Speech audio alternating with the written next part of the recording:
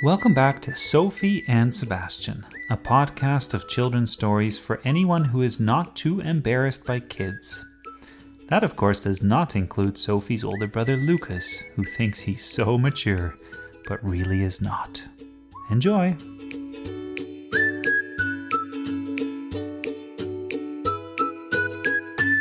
This story is called Two for the Price of Two. One summer day, everyone was cranky.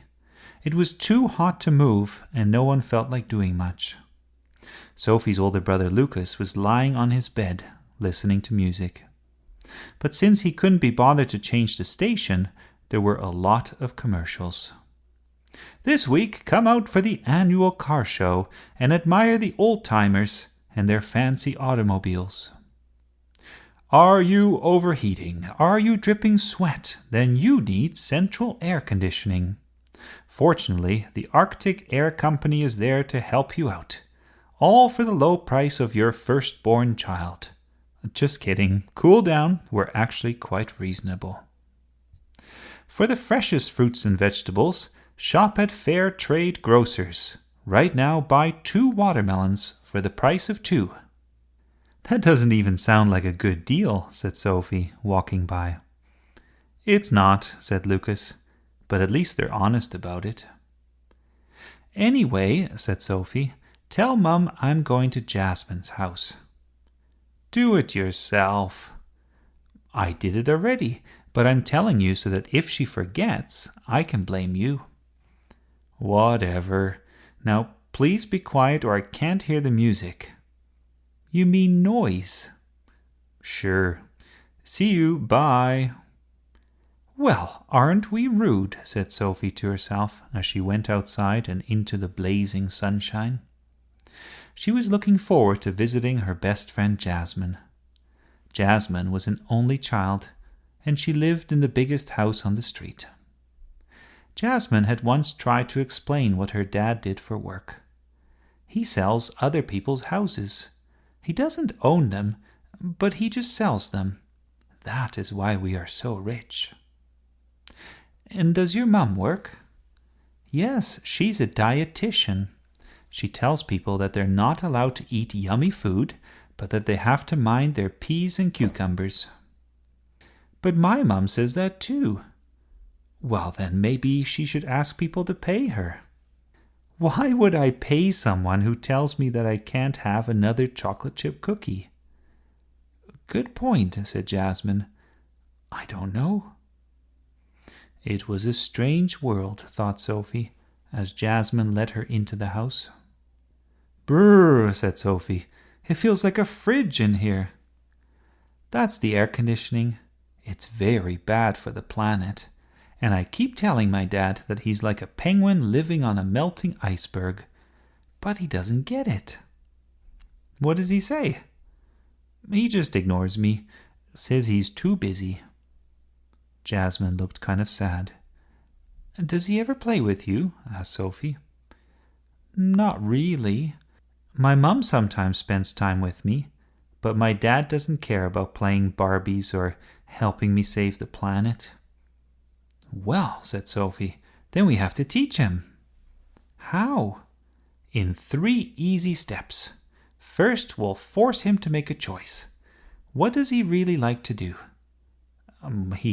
He's getting his fancy convertible ready for the car show.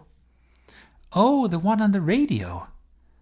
No, it's in a park somewhere, I think. Yes, but I heard about it on the radio. Now, has he washed his car yet? Not yet. He said he was going to after his nap. What a lazybones. Okay, come with me. We'll soon see how much he cares about you. A little while later, when Jasmine's dad opened the garage door to drive out his convertible for a wash, there were 2 little girls playing on the driveway. Hi there, said Sophie cheerfully. Would you like to play hopscotch with us? Yes, Dad, added Jasmine. We've marked it all out with chalk. And, said Sophie, we've made the squares extra large for your big feet. Thanks, girls, but I really need to get the car ready for the show. You can help me if you like. You can hold the hose when I don't need to use it." Jasmine scowled. "But we just made our hopscotch, and then you'll wash it all off." "Too bad. You can always make a new one." "Yes," said Sophie. "I will add it to my to-do list. Thank you for the advice." Then Sophie and Jasmine left, and Jasmine said, "That obviously didn't work. What do we do now?" "Oh, that was just step one," said Sophie. "Asking nicely rarely works with parents because they're so used to saying no. For them, kids are like annoying flies that keep landing on you.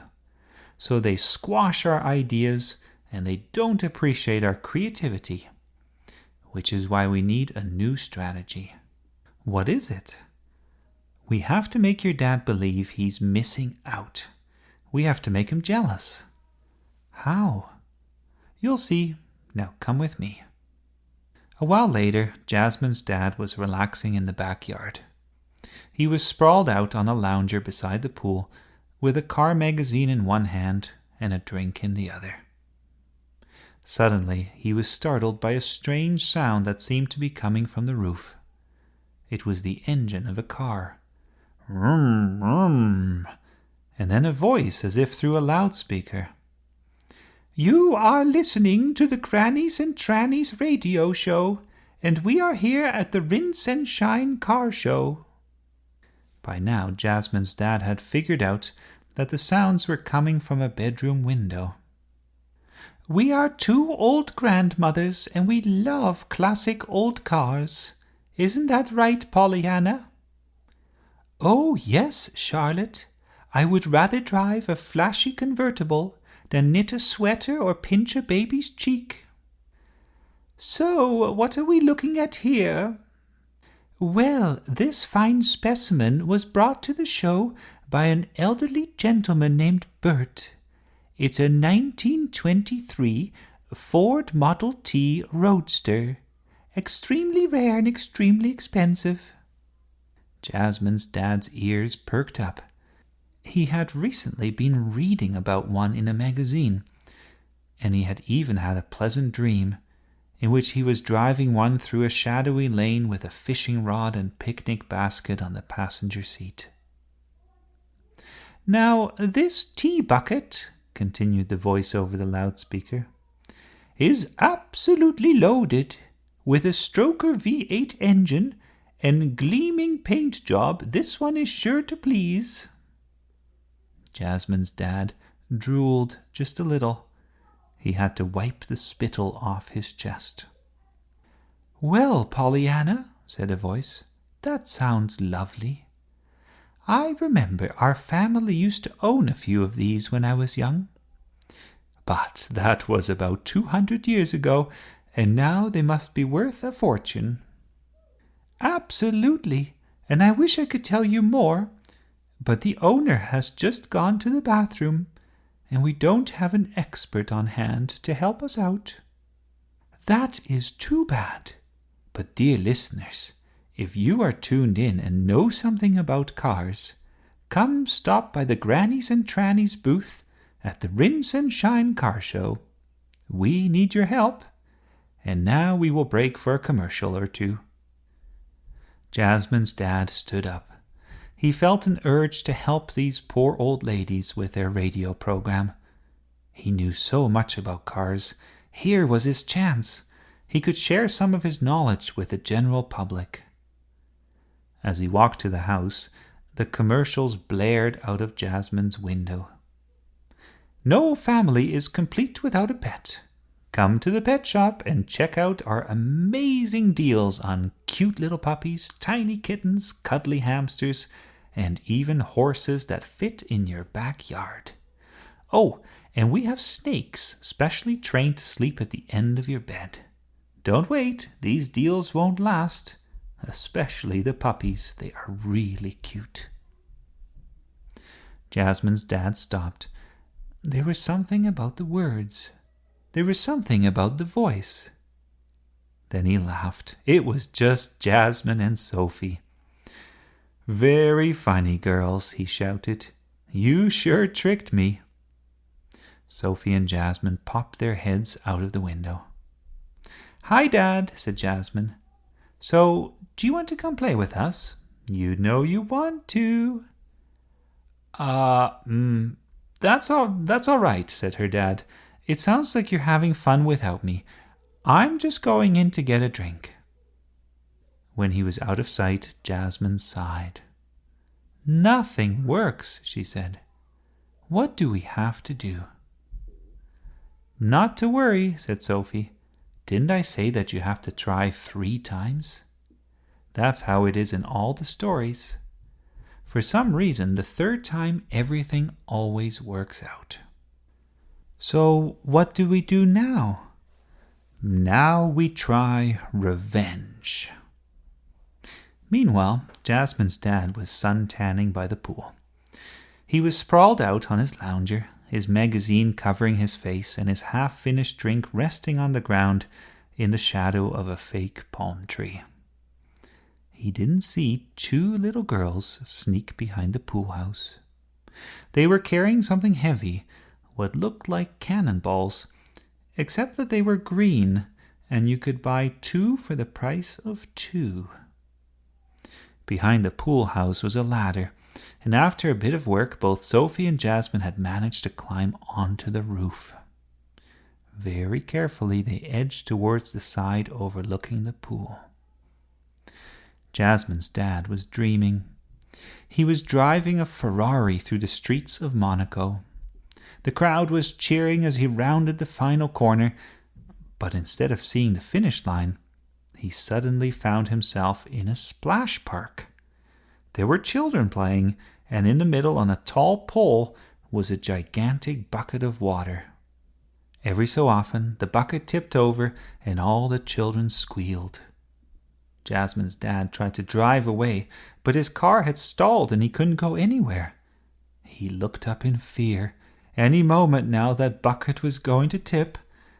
"1, 2, heave!" went a shout, and Sophie and Jasmine threw a humongous cannonball from the top of the pool house in the deep end of the pool. It made a huge splash. Drops of water flew in all directions, and Jasmine's dad got soaked. He jumped up and looked confused. "Get out of the way!" he shouted. "I have to finish the race." He rubbed his eyes to get the water out, but when he could finally see clearly, there was another splash. A second cannonball had hit the pool, and once more Jasmine's dad got soaked. He was still holding his magazine, which by now was dripping with water. "Ah!" he shouted. "What's happening to me?" "Hi, Dad!" yelled Jasmine from the top of the pool house. Jasmine's dad looked up. 2 girls were grinning and waving at him. "Oh, hi, girls. What are you doing up there?" "Taking revenge," said Sophie. "But now that you're wet anyway, would you like to join us in the pool?" Suddenly, Jasmine's dad understood what had happened. He looked in the pool and saw a glimmer of green under the surface. Then he smiled. He threw away his magazine and shouted, "First on the diving board!" "Yay!" shouted Jasmine, and in no time at all, everyone was in the water, splashing each other and making a tremendous racket. They were so loud and having so much fun that Jasmine's mum came out to see what was happening. She laughed to see her husband balancing 2 little girls on his shoulders like cheerleaders. "Hi, Mum," said Jasmine.